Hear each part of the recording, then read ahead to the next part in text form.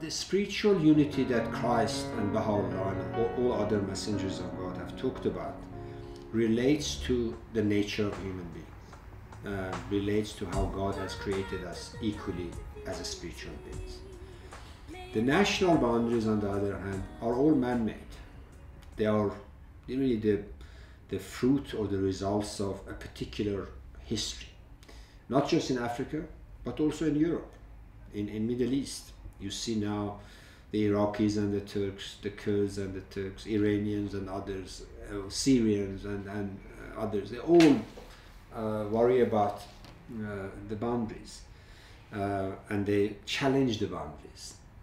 If you want to push it a bit more, UK, after having become United Kingdom, now there are some groups who want to challenge those boundaries, and they want independence. There is no nation on earth that doesn't have issues, sentiments around their boundaries. Some are less aggressive, some are more, but all have. And the reason is very simple.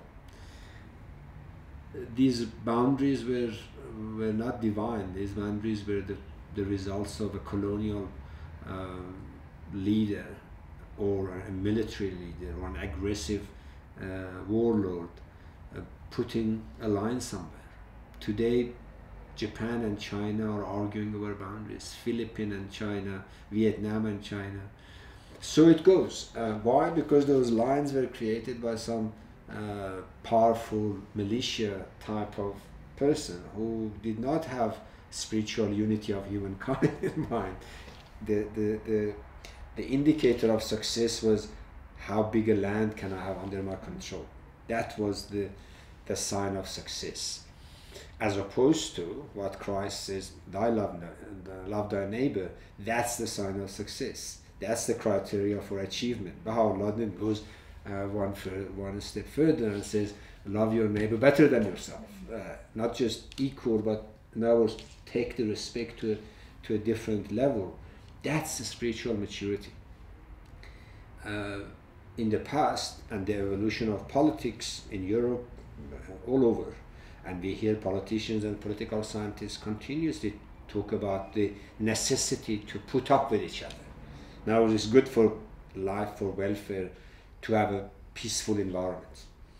Now, if I tolerate you and you tolerate me, it's good for both of us. Well, that's one paradigm that is the dominant paradigm globally.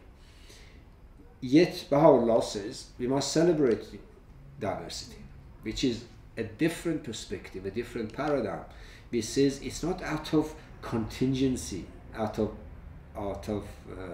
exigency that we should put up with each other. We should truly, deeply celebrate diversity, because diversity creates beauty, it creates tranquility, it creates welfare for all, and it creates new energies when we go to celebrate diversity, as opposed to grudgingly put up with each other. Because the absence of war does not mean peace. Baha'u'llah says what we need to create is peace. The precondition for peace is unity. Unity requires that we recognize not that we are all equal human beings, that each one of us has got the responsibility to celebrate the other person's differences, and not distrust it or not belittle it or anything of the sort. So yes, Christ's induction of love thy neighbor was fantastically revolutionary for the time of Christ. Baha'u'llah for today has extended that induction or injunction, and then says we must love others ahead of ourselves, more than ourselves.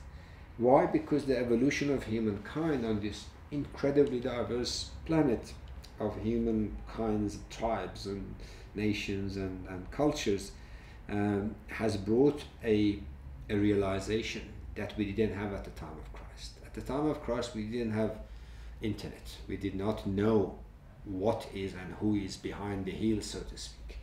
Never mind behind the mountains. Today, we sit down and with a click of a few buttons, we can see GPS real times, who is where doing what. So not only we've been educated that, wow, we're not talking about 200 countries, because in many countries there are many more countries. I mean, look at South Africa. We're not talking about one nation. We've seen it. There are, I don't know, 40, 50 different nations, communities.